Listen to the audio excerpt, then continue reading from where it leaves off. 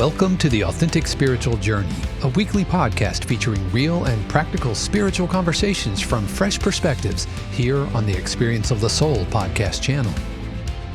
Today, episode 294, Love is All You Need. And now your host, Reverend Cynthia Alice Anderson. Hello and welcome to the Authentic Spiritual Journey. My name is Cynthia Alice Anderson.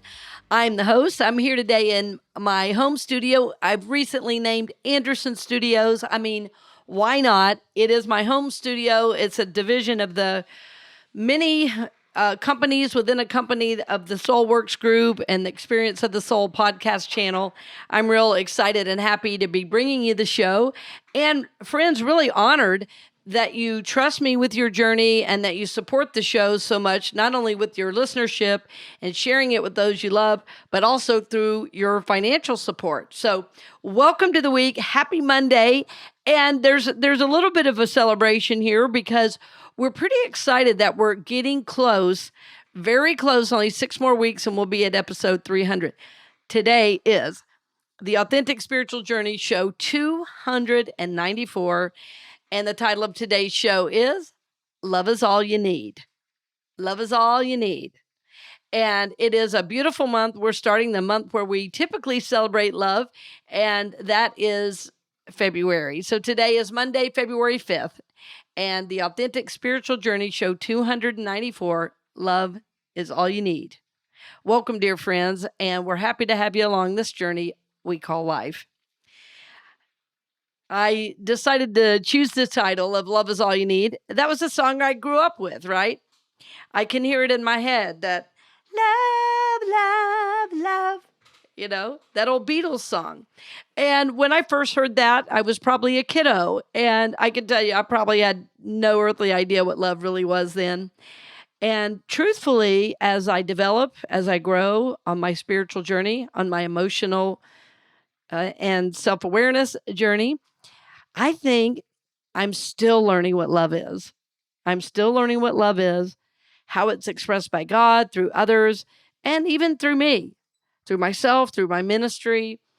And I thought this was a very important topic to think about, to pray on, to be mindful of.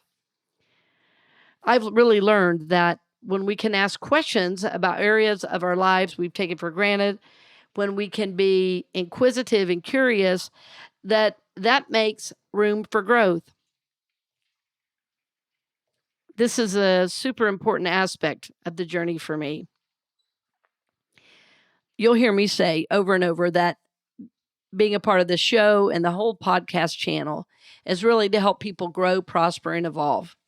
We do that through my show, The Authentic Spiritual Journey, through the various programming we do with the magnetic voice, with healing your family legacy. And it's been a journey for all of us, right? If you're listening, it means, man, you have been on a journey probably for some time. You're seeking to live a life that is on purpose. You're seeking to live an abundant life. You want to be in the flow with God and with all good. You want your family to be happy and at peace. And I think, friends, these are really universal goals and universal desires. But as individuals, and even certainly as a culture right now, it looks like we are headed the opposite way.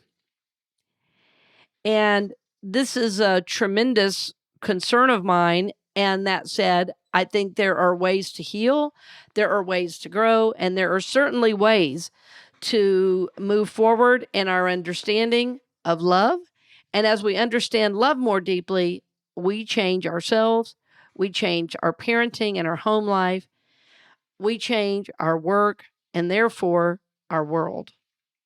Especially those of you who have a large impact by what you do.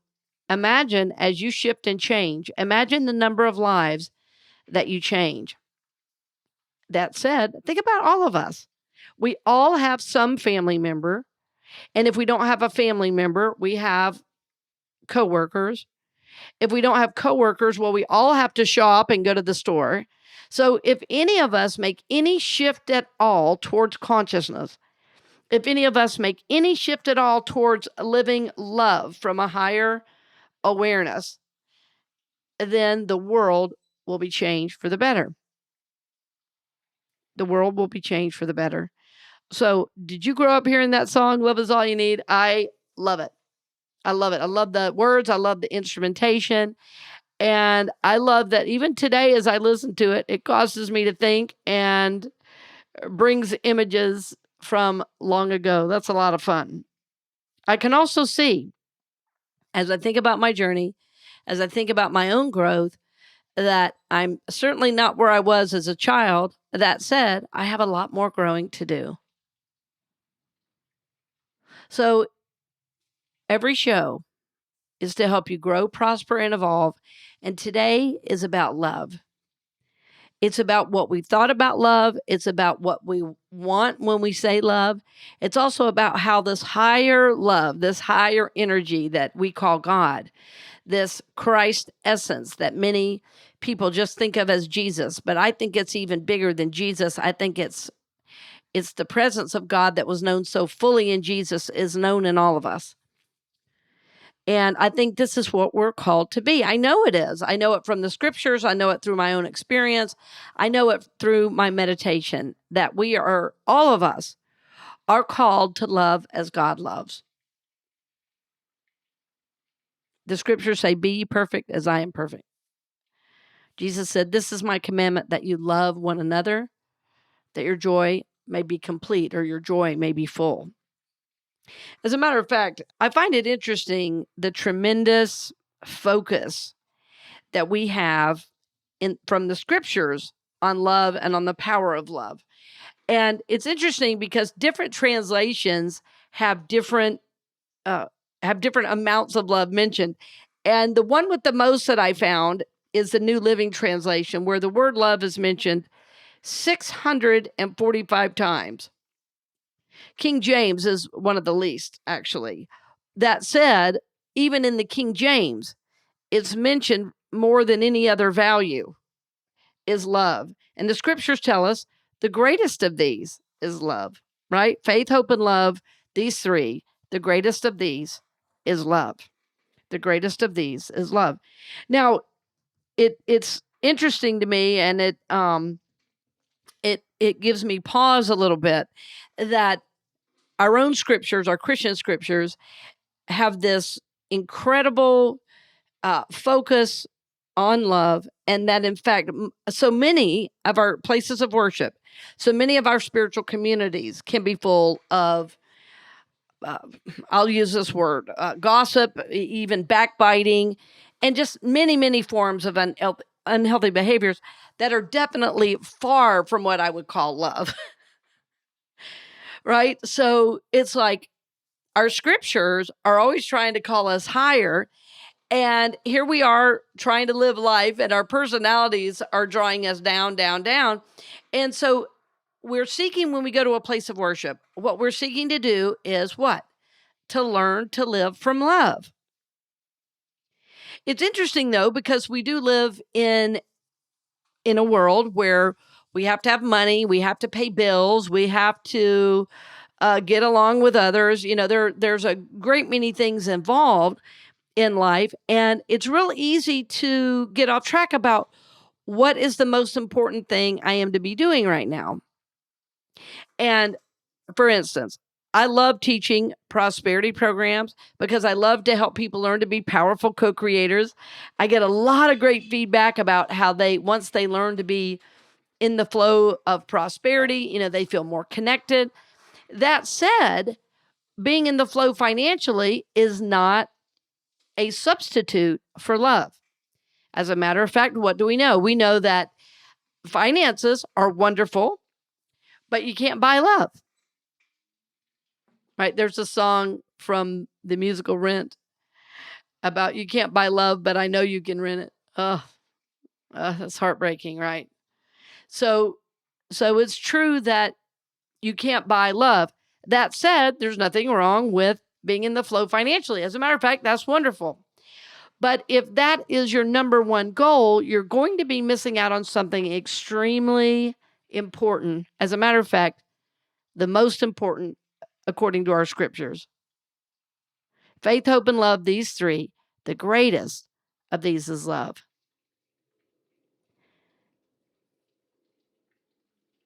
So often when I talk about love, I have people who have had uh, harm done to them as they were children, and even some in their current marriage or situation. And they will say to me, well, I know I'm supposed to love, so I'm going to let him, I'm not going to report him for beating me, or I'm not going to uh, leave this harmful situation. I'm supposed to love him better. And I want to reassure you, friends, that staying in a situation that is abusive is not loving to yourself. And that is an important thing to realize. In some way, it seems obvious, but in other ways, because we weren't taught to care for ourselves and our bodies, most of us were not taught appropriate boundaries for personal safety and protection, that sometimes we let others hurt us in ways that we really know are not right. We know they're not good, and we certainly know they're not loving. So sometimes the most radical kind of love you can have is to leave a situation if that is what will help you be safe, if what will help you feel taken care of, and if it will help you move forward. In other words, will it help you grow? So this is a difficult kind of thing to understand because it sounds like love should include everyone. Now, as I'm saying all of this, what I'm meaning is it's okay to have boundaries and still be loving. It's okay to have boundaries and still be loving, meaning we don't love everyone in our lives the same way because of how that could put us in a potentially dangerous situation. Now, when I talk about radical love, like for instance, I have said before, and I'm going to be talking about today quite a bit, that what the kind of love we really need is a radical love. Well, in a radical love, what I mean is we find things like forgiveness within us, or we find the strength to love ourselves enough to leave a harmful situation. But please don't ever think I am saying love means allowing yourself to be hurt. That is not love. That is not love. The kind of radical love is to know that you are worthy, to know that love is available to all of us. And if you are taking care of yourself, if you are loving yourself, knowing God loves you, if you have to leave, I don't know why this is coming up for me so much today. If you have to leave a potentially harmful situation, you leave it. That is love. Because the only way this other person that's hurting you might get help is if you leave. But if you stay and you let the behavior continue, that's not loving for you or them. So I hope you are hearing that. Because when we think about love, we think of this all encompassing, all expanding idea, and it is. It absolutely is. But how we manage through the world, right? We have to protect ourselves and we can still love, but that doesn't mean we have to be right by the person, right? So the interesting thing is God loves all, and we are seeking to bring love in, through, and as us into the world. Well, the scriptures say, love your neighbor as you love yourself. Love your neighbor as you love yourself. What the scriptures are really saying is you can only love your neighbor as you love yourself, right? Because the way you love yourself is the way you love others. In other words, it is how you understand love to be. I had a great teacher many years ago who taught me something about radical love, and she talked about when we were born, that however we were raised and however we were mothered and fathered, right? However we were loved in that environment, that is what we thought love was. She called it your source of love. She would say, your source of love did many things very well. Other things you're going to have to relearn. So we're all tied to this understanding of love that is limited by the way we were raised, the family of origin we were brought up in. And that said, that doesn't mean we can't grow, right? So even me talking about this in this show, me saying love is all you need, me saying, let's learn together what love is. How is God wanting to express love through me, through the world, through others? Just by asking this question, it's going to draw us back into our memory banks. And we're going to be thinking about how were we taught to love? And then we're going to see how we've already made choices to love in a different way in our adulthood. But it is a process to have this radical kind of love. This is a process. So if I'd say, what's the number one thing to work on about love? It's that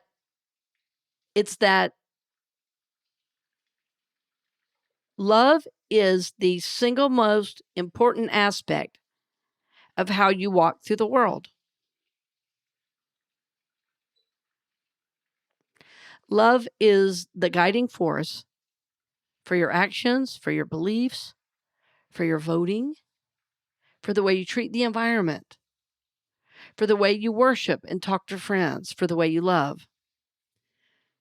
Right? Love is the single most important aspect of our lives in terms of guiding and directing our behaviors. The reason I think so much about love and how it relates to the larger context is that what I'm seeing more and more in our general, not only in the US, but in the world culture at large, is that there seems to be an idea that science knows more than faith groups or spirituality. And interestingly, in the last 100 years, most scientists that made some of the greatest discoveries, in history, had a very strong faith that guided their innovation, that guided their experimentation in industry. And it seems to be now that if you bring up spirituality or God, that you're seen as simple or naive. And because of that focus on the intellect, there seems to be more emphasis on knowing more and knowing right rather than loving. It's why different groups get so vilified.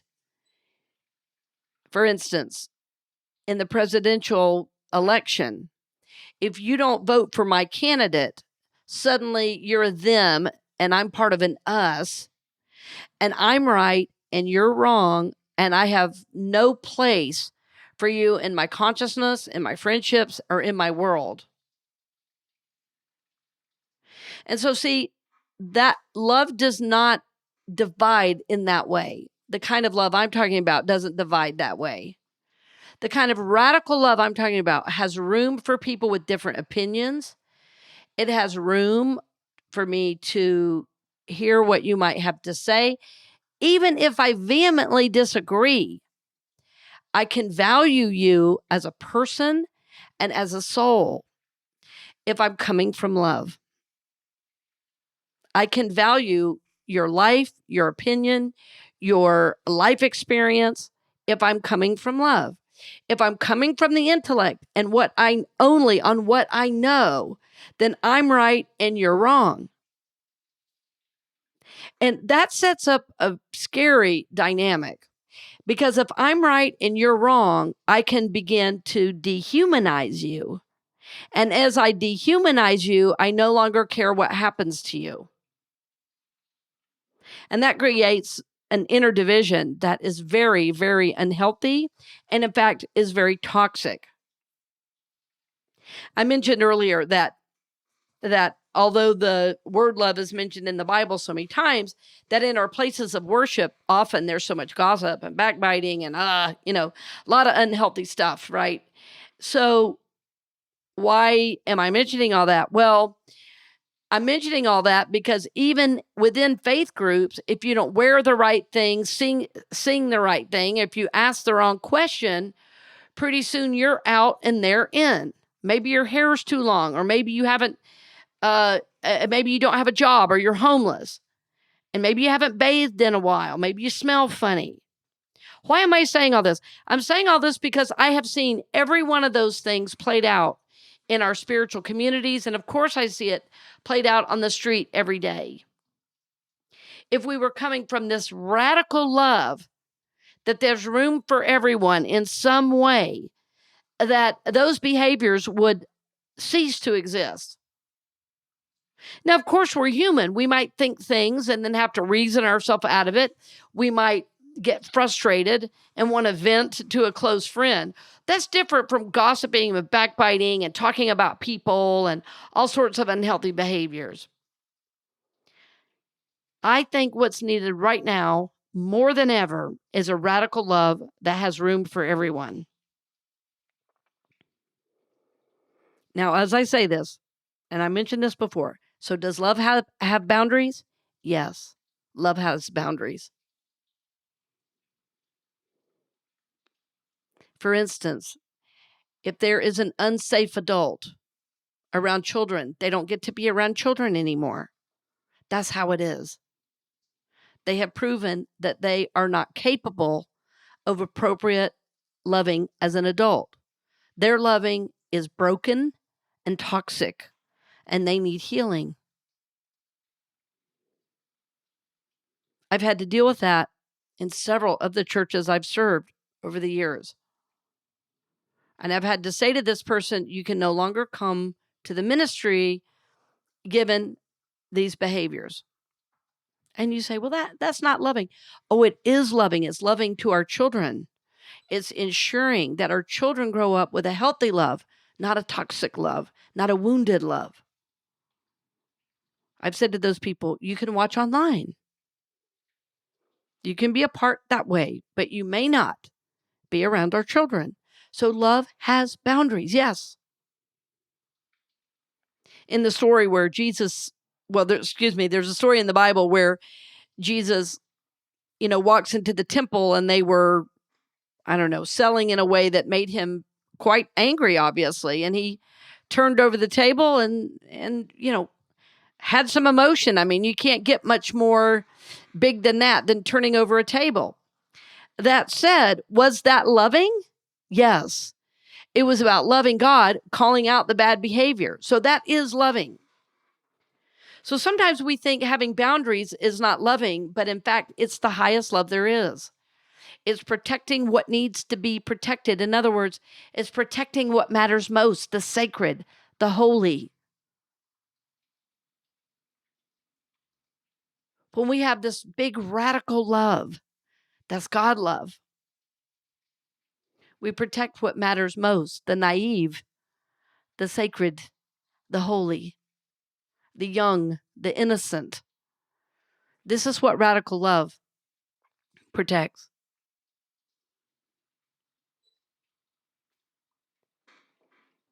What we see played out mostly now in our culture and certainly in sitcoms and everything else is that love is transactional, meaning I only give you love if I get back exactly the same measure in return. I'll do this thing, so you do this thing back. I'll say I love you because I hope to hear you say I love you, rather than just being loving. And this is a really big challenge I'm talking about. It's a challenge to love more fully and deeply. I have a dear friend, and I've had him on the show before, Dr. Tommy Dorsey Sr. And we often have a conversation about the nature of love and trying to understand it. For instance, I always say that to me, love is when my son doesn't feel good and I'm up in the middle of the night and he's throwing up or has a fever. It doesn't matter if I feel like it or not. The only loving action is to be there with him. Or if a friend I know is going through a tough time, The only right thing to do is to call and to listen and check in. Not say, well, I'm too busy, you know. Love is being damaged by someone and then years later being able to forgive. Again, not reconciling, but being able to forgive and move on. To not hold on to anger and resentment and hatred. There was someone in my childhood that hurt me deeply, and for 20 years I was angry. 20 years. And when I found forgiveness, it was this energy that moved through me, and it was healing, and it was powerful, and it was so freeing. And I think forgiveness must be the highest form of love. Interestingly, within about a year of that, or less than a year rather of that forgiveness, this person died. And I was so happy that I had been able to release my pain and hurt and fear and be free of that, so that when he passed, I didn't have any guilt or any feelings. I just had more relief.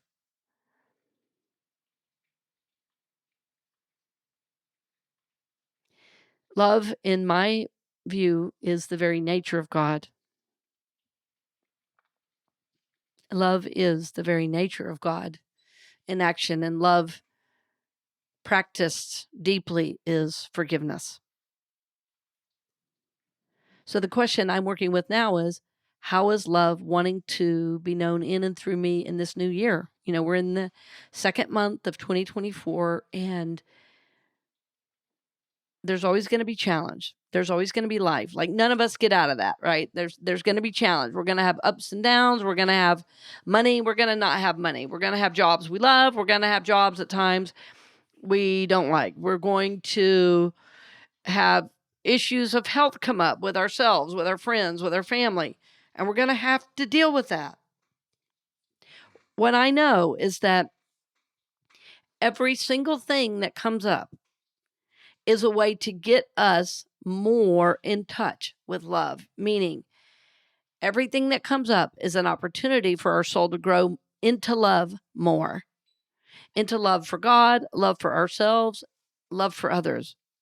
So my hope for you and my own journey is that as things come up that are challenges, and they will come up, is that we can really see those as opportunities to grow into love, and not that something is against us.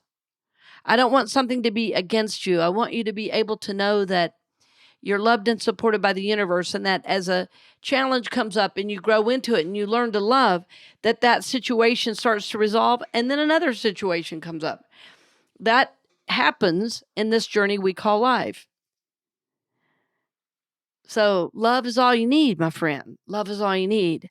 But that love and your understanding of that love is going to grow and expand as you become more self-aware, as you become more guided in your spiritual process.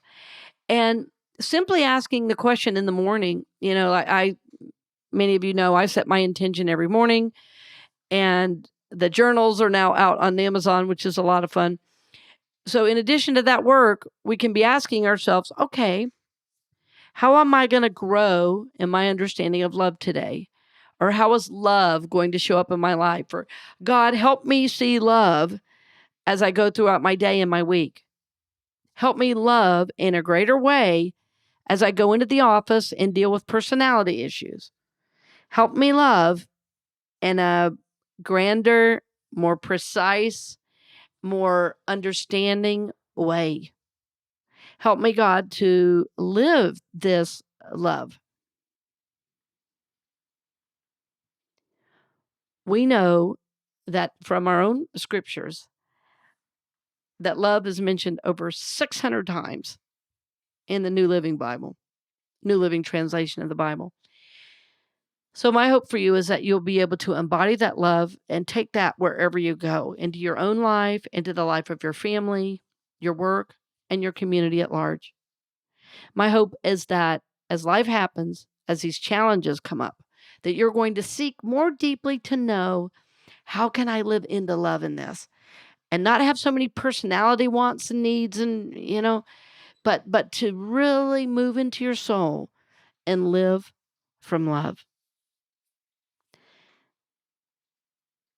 Friend, you will begin to develop even more your understanding of love.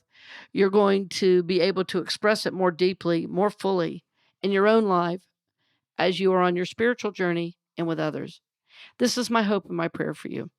I want you to know that as you go throughout the world, as you are integrous with your words and you're not gossiping or backbiting, but you're living love, your life is going to work. Your life is going to flow. You're going to be guided and blessed in all you do. And this is my prayer for you. So, dear friend, thank you for joining me today. We are always honored to have you along the journey. We feel blessed that you're a part of the Experience of the Soul podcast family, and especially a listener of the Authentic Spiritual Journey. So we lift you up in our prayers. I'm always lifting you in prayer for God's highest and best in your life. I look forward to seeing you next week, and blessings on the journey, dear friend. We hope you've enjoyed this episode of the Authentic Spiritual Journey here on the Experience of the Soul podcast channel. This channel is made possible because of listeners just like you. If you would like to support the channel with your tax-deductible contribution on an ongoing basis or through a one-time gift, head over to experienceofthesoul.com/support. The Authentic Spiritual Journey is copyright 2024, Cynthia Alice Anderson, all rights reserved. Our theme music is composed by Dave Croft and used with permission from RR Hot Publishing. The Experience of the Soul podcast channel is a production of 818 Studios.